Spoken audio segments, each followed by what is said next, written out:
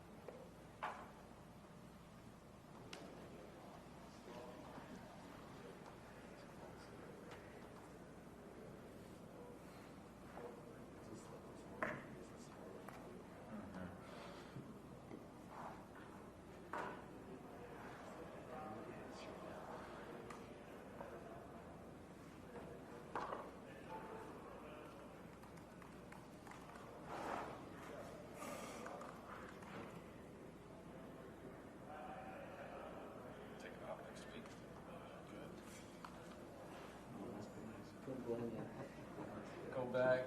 My kid's birthday's next week too. Hello. So, bad asshole. Why is that? I love him, man. He's just. But I have my 3-year-old, my 6-year-old. My 6-year-old's sweetest kid. Like, Yeah. Humble, down to earth, like awesome. My 3-year-old. Probably something that they was, I don't know. Yeah, He's funny though. Yeah, did you see the email that I sent to Charlie for the children? My wife. Well, I was waiting on the actual email. The email was taken. So. I'm just a little scrappy dude too. Yeah, we have it. I put it in there. I put it in the honor. Slap by him. I was like, dude, Sorry. you're bigger than Okay. him. Yeah, I should have never told him that because I've been teaching him how to like spar. He just went pop hard. He fell over. And he was like, I thought he was gonna start crying. Rock and roll. He got up and looked in and started laughing and ran off. Oh, I was so pissed. I didn't even think about it. I thought he might be like, and then I forgot that I was, you know, like somebody's swinging at you, you better get him. That's what he did. Okay. It's like, trying to fight about it.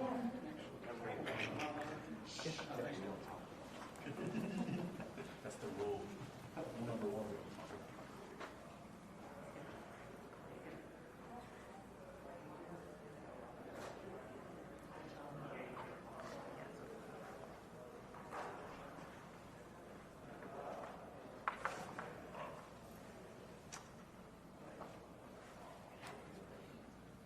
I'm going to show this to you so you can.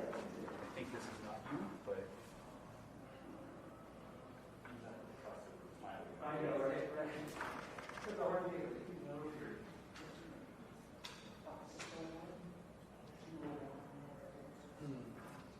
Seems like it's been a hit. I don't think I'm going to do what she says. I think I'm going to have him set up something. That's Jonathan. Yeah. So the options could be.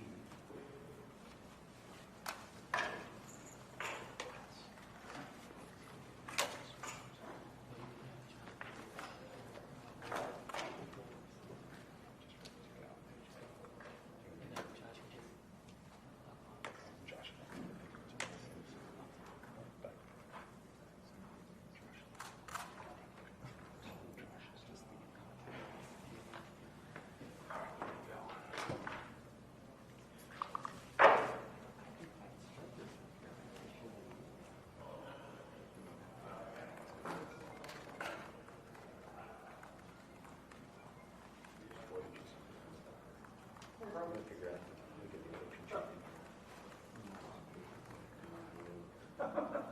Fantastic.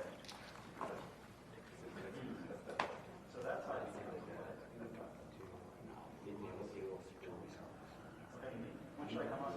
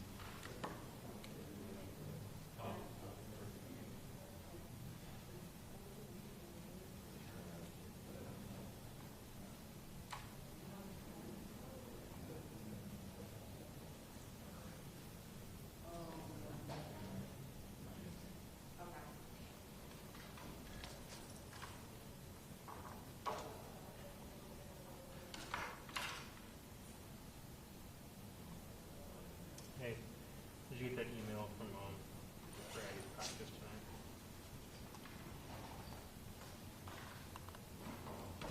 Did you get that email from Friday's practice tonight? Oh, okay. Oh, okay. Yeah, that's 6. She needs to bring water. She can wear shorts, but then it's sliding. A lot of throwing it.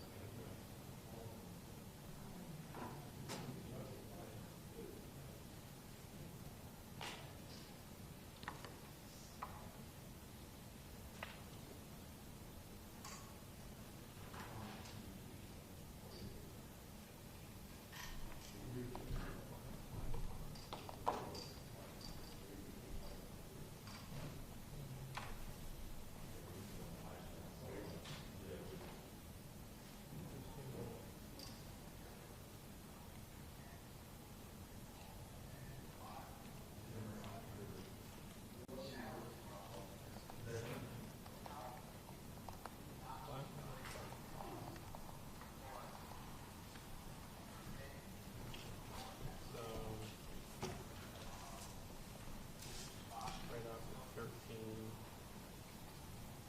just east of, or just south of, or north of Cliff, 13.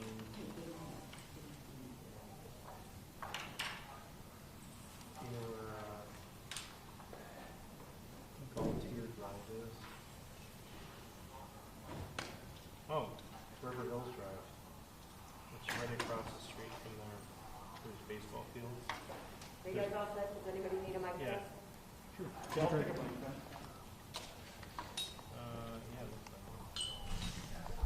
Yeah, Sioux Trail Road. Hey, this is happening right now. Mic test. Yep, hit the button. Mic test 1, mic test 2, mic test 3, mic test 4. I'm going to turn it down just a little bit. Are you guys all good? We're good. All right. Yeah, I'm good. Yeah, thank you. Attorney General thing. Thank you.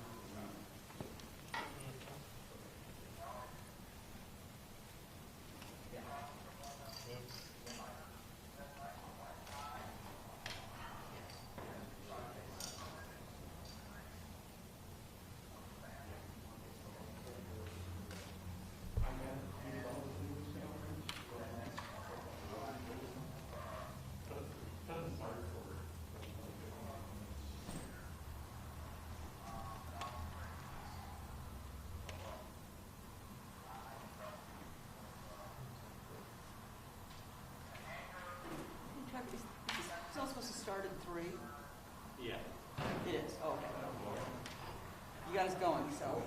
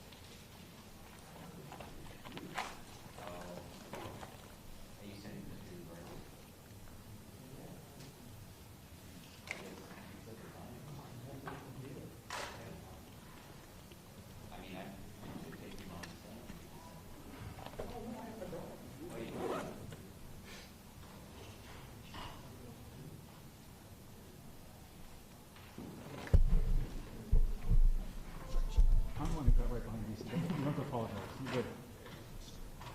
Yeah, of course.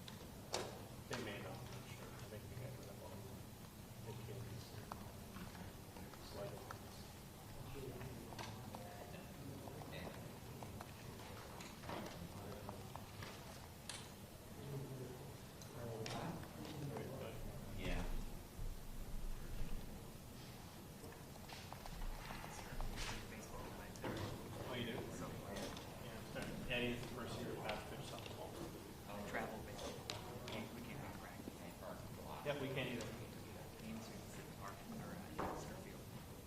Centerfield? Yeah.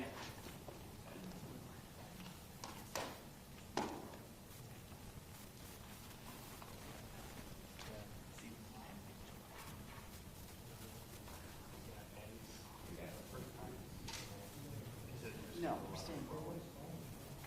Third draft. Yeah, we're staying here. We're staying here. Okay.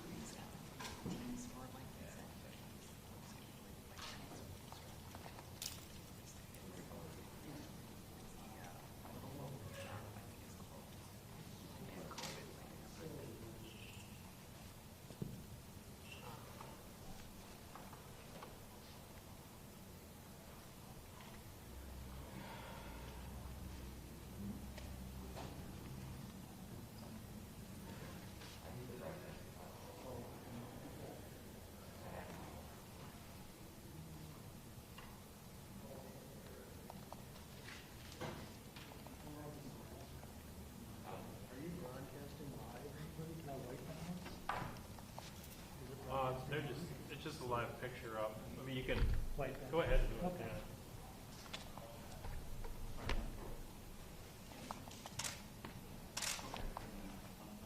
Yeah.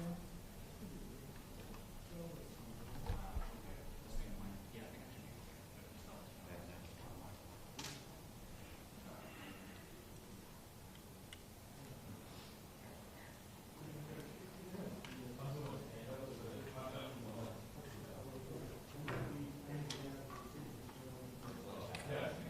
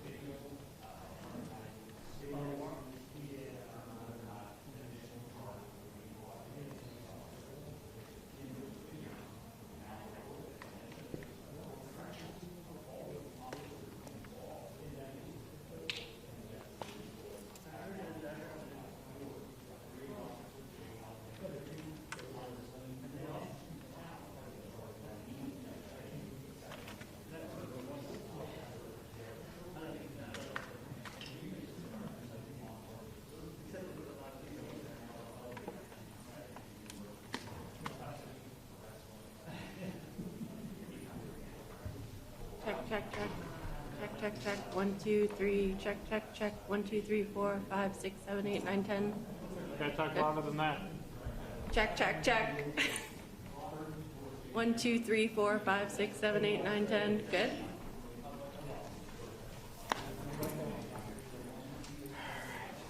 Hey, you made it back. And back. Where'd you go? Big party, huh? Yeah, big card.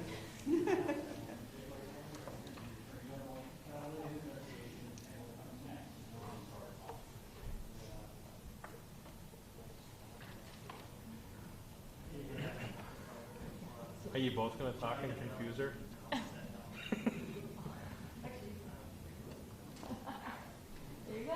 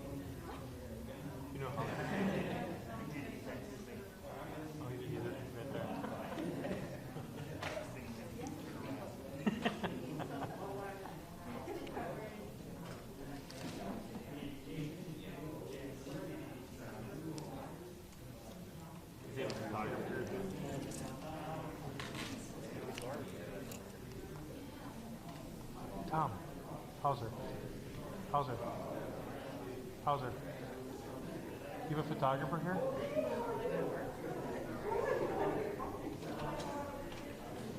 Looks like I'm on its own.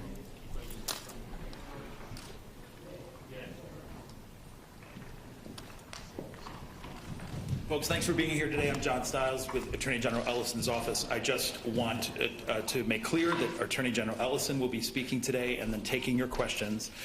He will not be able to answer any questions about evidence or how evidence is evaluated, any question about witnesses, any question about the timeline of events that led to Mr. Floyd's death, or any investigative detail. It is all under investigation. It is currently confidential, so I just want to set that expectation right now. With that, Attorney General Ellison.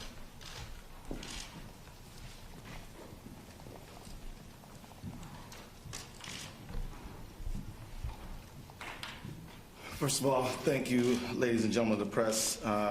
Myself and my friend Mike Freeman want to share some information with you. I want to begin with a reminder, and that is that we're here today because George Floyd is not here. He should be here. He should be alive, but he's not. About 9 days ago, the world watched Floyd utter his very last words, "I can't breathe," as he pled for his life. The world heard Floyd call out for his mama and cried out, "Don't kill me." Just 2 days ago, when I became the lead prosecutor in the murder of Mr. Floyd, I asked for time to thoroughly review all the evidence in the case. And we looked at the evidence that's available, and the investigation is ongoing at this time. I also said that I know it's asking a lot of people to give us time, particularly people who have suffered for decades and centuries of injustice, to be patient. And yet, we did get that time. And together, a very strong, experienced team, which included County Attorney Mike Freeman, his team, and my team, we reviewed the evidence together with the BCA, and we have something to announce today. Before I announce it, I want to say thank you for the patience of the people who they've shown me and our entire team in pursuit of justice, and I'm here to make these announcements right now.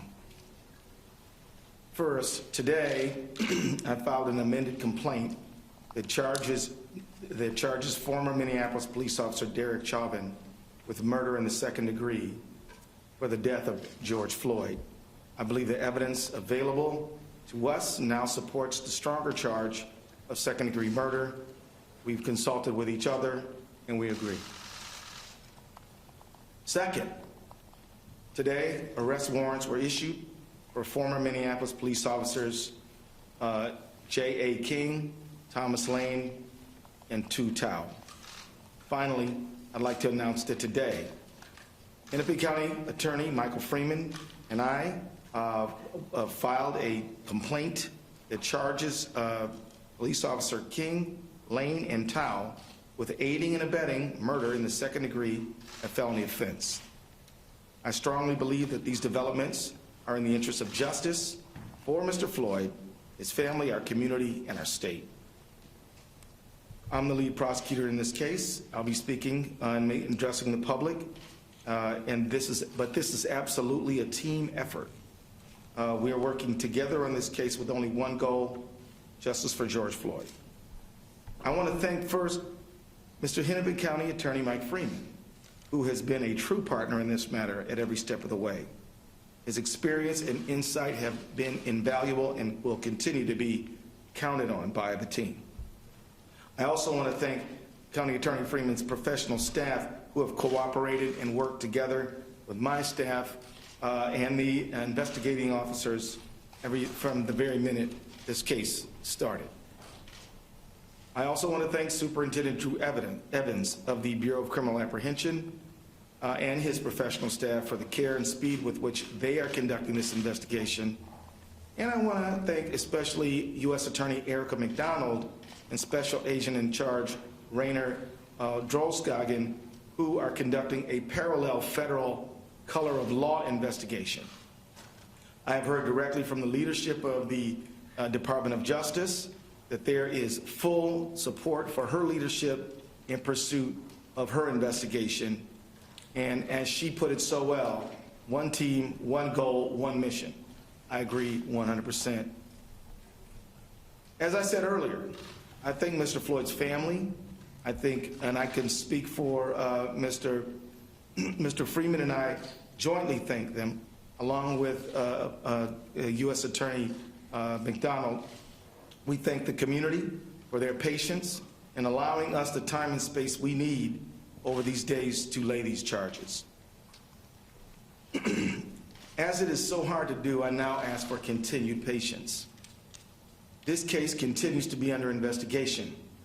We will not be able to say very much publicly about the investigation, except that we encourage anyone who believes that they have evidence in this case to come forward and to be cooperative with the investigation.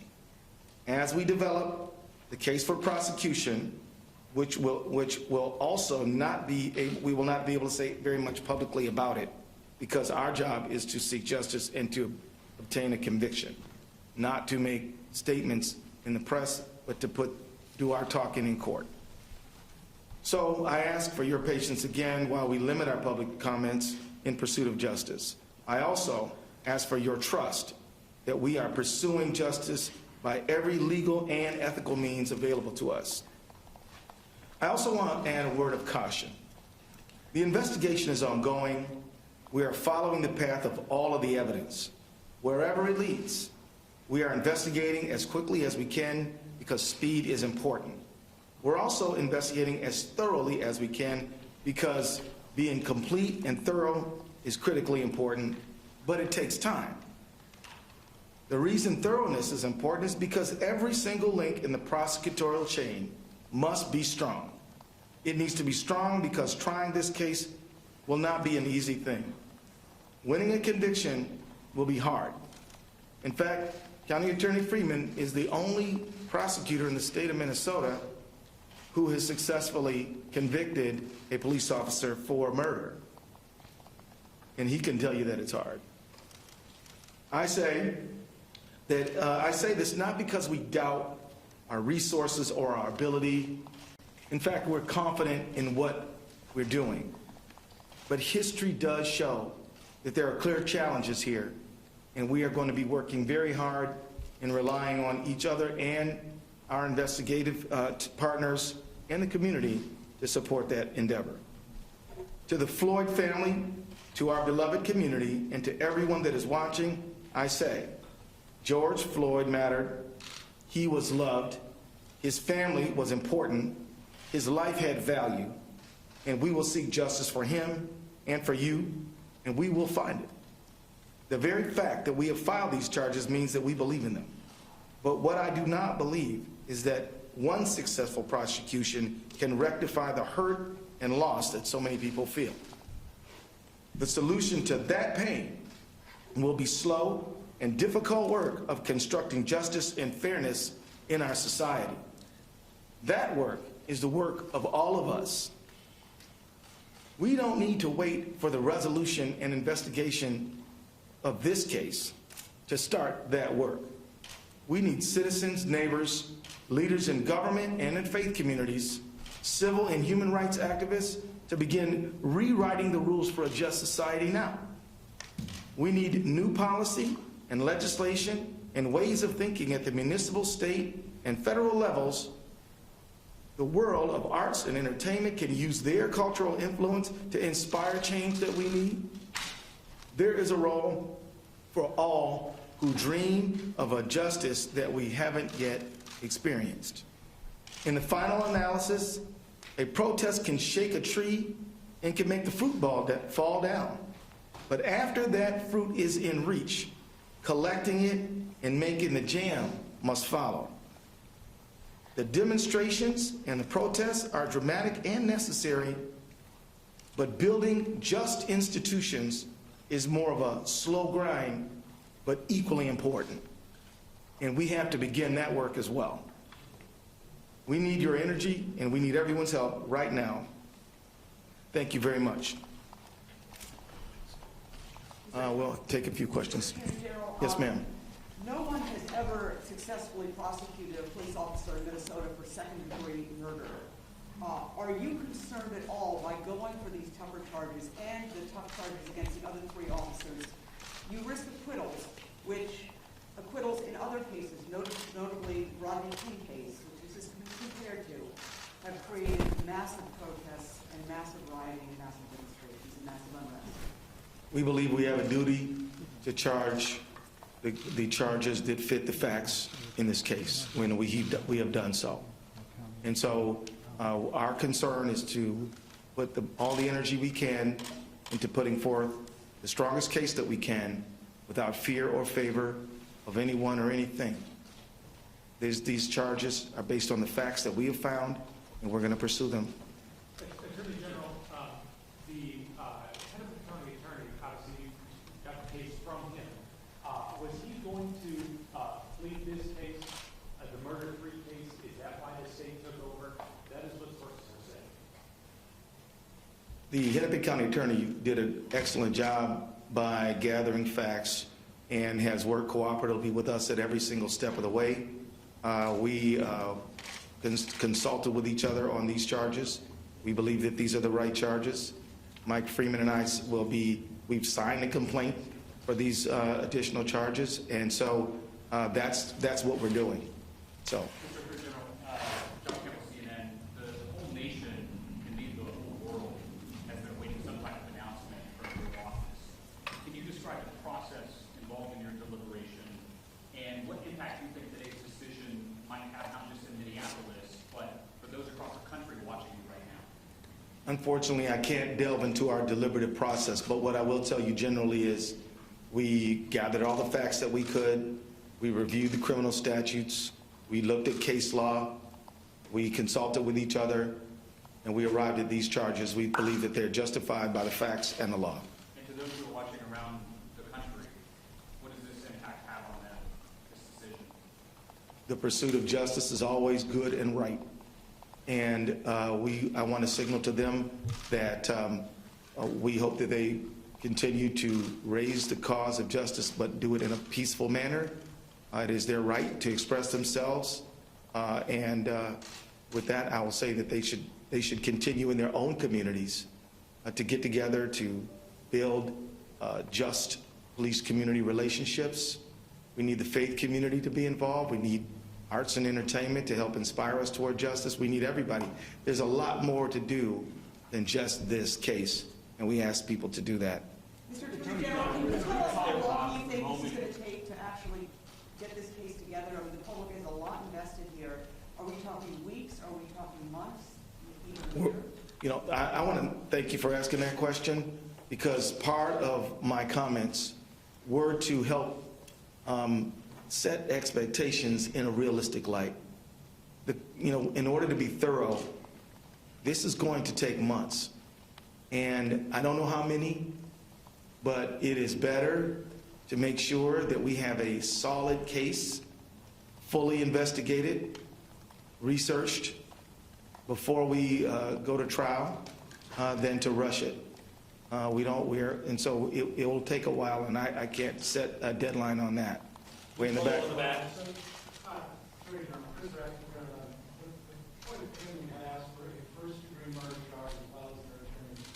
You decided to charge second-degree unintentional murder while committing a felony. Can you explain what that charge means, unintentional murder versus second-degree intentional murder, please?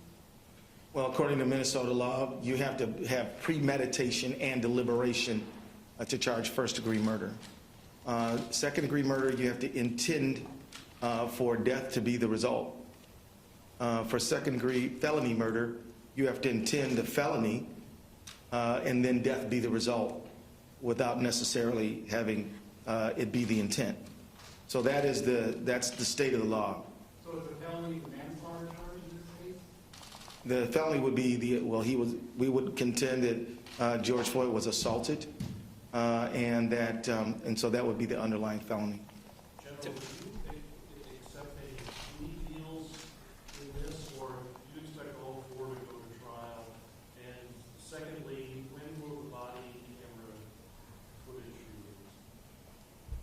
released? I really don't have any idea of what the negotiations or anything like that. That's simply way too early to begin that conversation.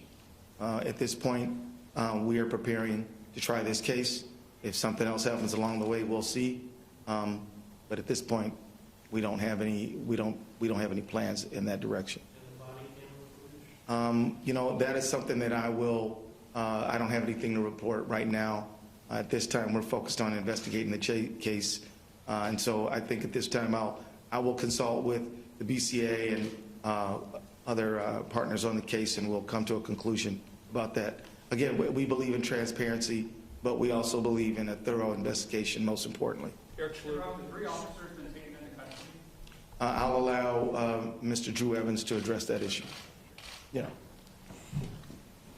Good afternoon. My name is Drew Evans. I'm the superintendent of the Minnesota Bureau of Criminal Apprehension. We are in the process of taking the officers into custody. I can report that one is in custody now, and the other two we are in the process of taking into custody and expect them to be this afternoon. Drew, could you talk about, have these officers provided any statements to your investigators, which traditionally happens after a death in custody? Have you spoken with them? I will, as the Attorney General said, we can't speak about all the details of the case other than what's really in the complaint at this time. I will tell you with any investigation, as I've told you all from the very beginning, we have teams of investigators from the BCA jointly investigating this with the FBI, trying to obtain all information. In this case, I will tell you that is a regular course of all of our investigations to attempt interviews with all of the officers. We have interviewed numerous individuals in this case, and additional information will be provided as we move forward. Peter Callahan. Attorney General, do you have the folks you need to do this? Will you be seeking some outside counsel, like special counsel, is your authorized to deal with the law? At this time, I believe we have the team to complete this work. I would like to just introduce David Voigt as well. He is a deputy at the Attorney General's office. He heads the criminal division, and he has the lawyers to get this done. And also, we have some experienced lawyers at the Hennepin County Attorney's Office. We're working on this thing together. Great. And here in the blue t-shirt. In terms of the timing of this decision, I know the Floyd family was hoping to be able to have more information on these charges before the memorial tomorrow. How much did that factor into your decision, as well as the protest with them calling for these across the country as well and the growing unrest there? You know, I can say that I did not allow public pressure to impact our decision-making process. I was prepared to withstand whatever calls came. We made these decisions based on the facts that we have gathered since this matter occurred, and made the charges based on the law that we think applies. So. That's my answer. Stephen. Yeah. Could you describe a little bit more about your relationship with Mike Freeman, how this has gone thus far, and how you both approached some of these early decisions? It's going fine. It's going great. I spent a lot of time in Hennepin County when I was a trial lawyer myself, and I know I know all the lawyers there. I respect them all, admire them all, and we're going on fine. Can I introduce you? Okay. Andy Lefevre, he represents Hennepin County Attorney's Office, his first deputy for Mike Freeman. Right. Mr. Attorney General, did you suggest that you actually personally would be the prosecutor in this case, that you actually will be in the courtroom? No, that I'm going to let the people who prosecute cases every single day to prosecute this case. Now, it is true that I've tried a lot of cases, and I've tried homicide cases, but on the other side of the courtroom. The people who know how to prosecute, I'm going to let them do that work. Does being a criminal defense attorney help you in terms of drafting these charges? You know, I think it helps me anticipate what some of the attacks on our case might be. What do you think the trial is relevant to get a fair trial here? Wednesday. I see no reason why we can't get a fair trial here. Also, real quick, with the charges that were just filed, my math is correct. And the three officers now face the potential same maximum sentence as Officer Chauvin. Yes. Well, yes, sir. Any other questions? I apologize that you've addressed this before, but does your involvement in this case now put you on the sidelines in terms of the legislative process and looking for police reform legislation? No. I'll continue to do all the duties that I have, which involve legislative, which involve a lot. We've been very active in the civil space. We've been active in representing state agencies and government. I'll continue to supervise that as I always do, but I feel very confident in it because I have excellent professionals who are going to be focused on this like a laser beam every single day. And two more questions, Eric and Theo.